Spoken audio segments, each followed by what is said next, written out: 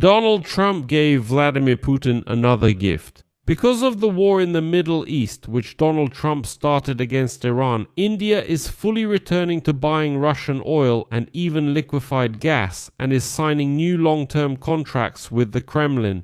And Trump remains silent at this time and says that his war has caused no problems. India is once again getting as close as possible to Russia, and there are no signs that this rapprochement is temporary, despite what Trump's finance minister Scott Bessent tried to convince us all of.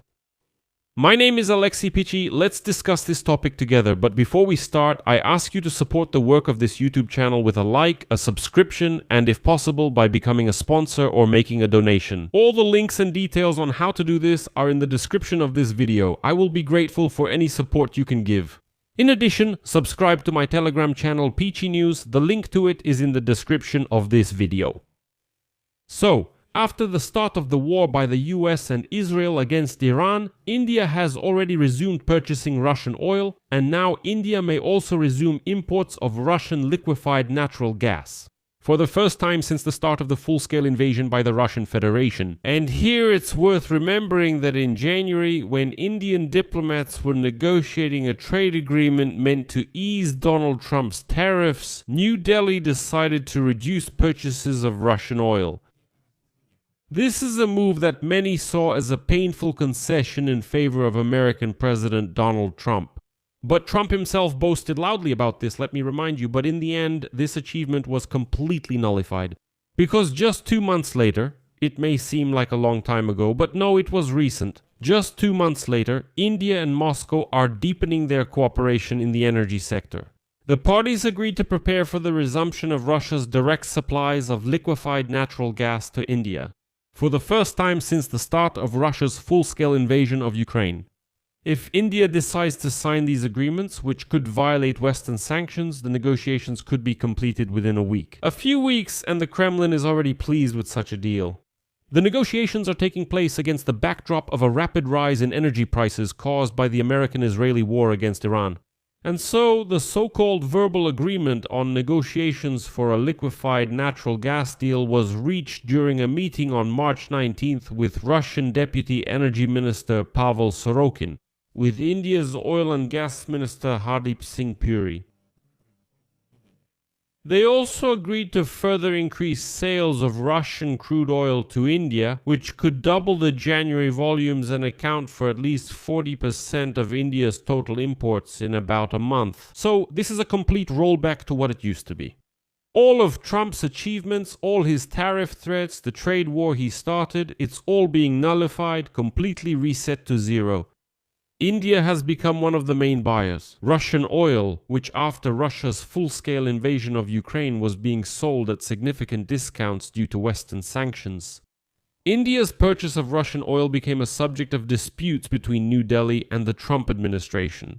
The world's third largest importer and consumer of oil last year bought nearly $44 billion worth of oil from Moscow, playing an important role in supporting the Russian Federation's wartime economy. India separately informed its energy importers to prepare for the resumption of purchases of Russian liquefied natural gas.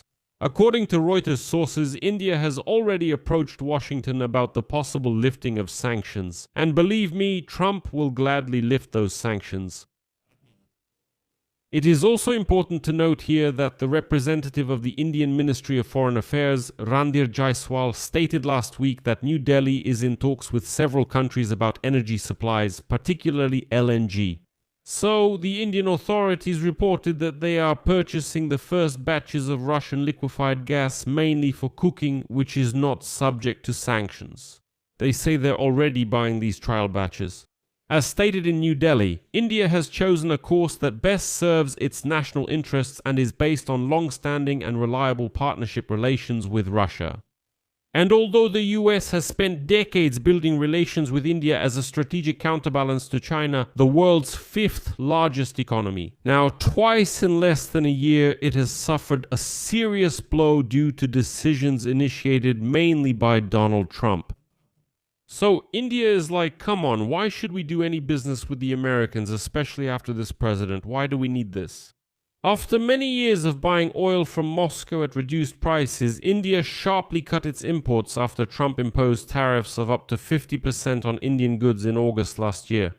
India's position changed after the US and Israel attacked Iran on February 28. Tehran blocked the Strait of Hormuz, through which about half of India's crude oil and LNG supplies pass.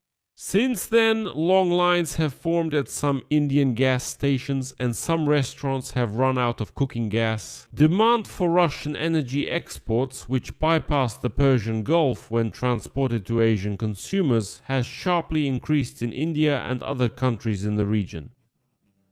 India's state-owned oil refineries have started ordering additional batches of Russian oil.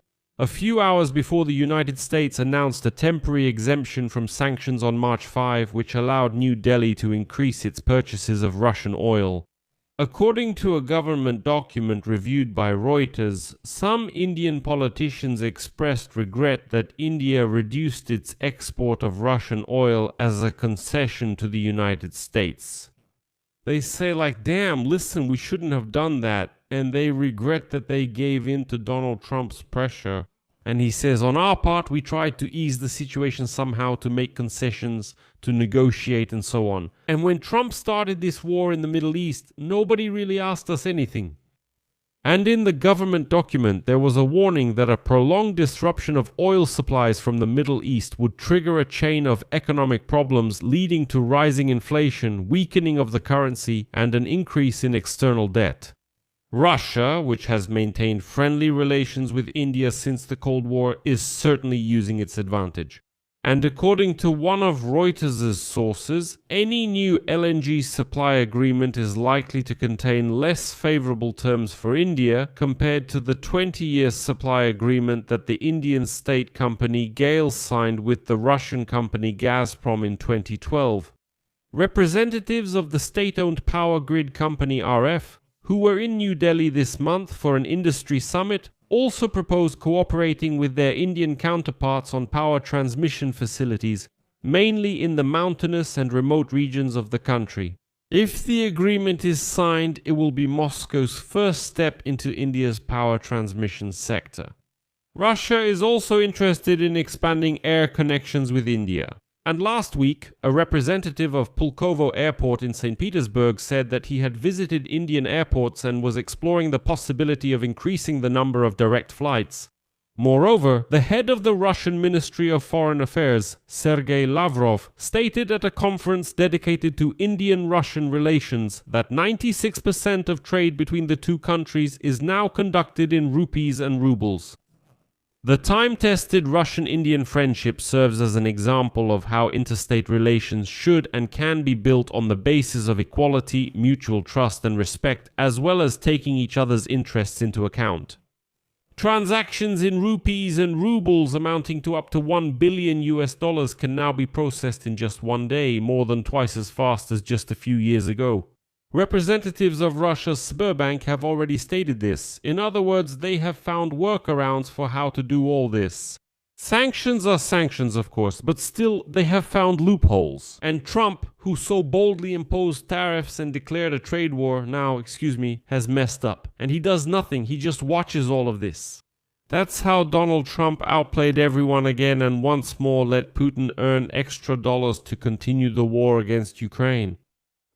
I'll leave it at that. Share your opinions and conclusions in the comments below this episode. Subscribe to the channel, hit the bell, and don't forget to like. If you want to support the work of this YouTube channel, you can do so with any donation, paid subscription, or video sponsorship.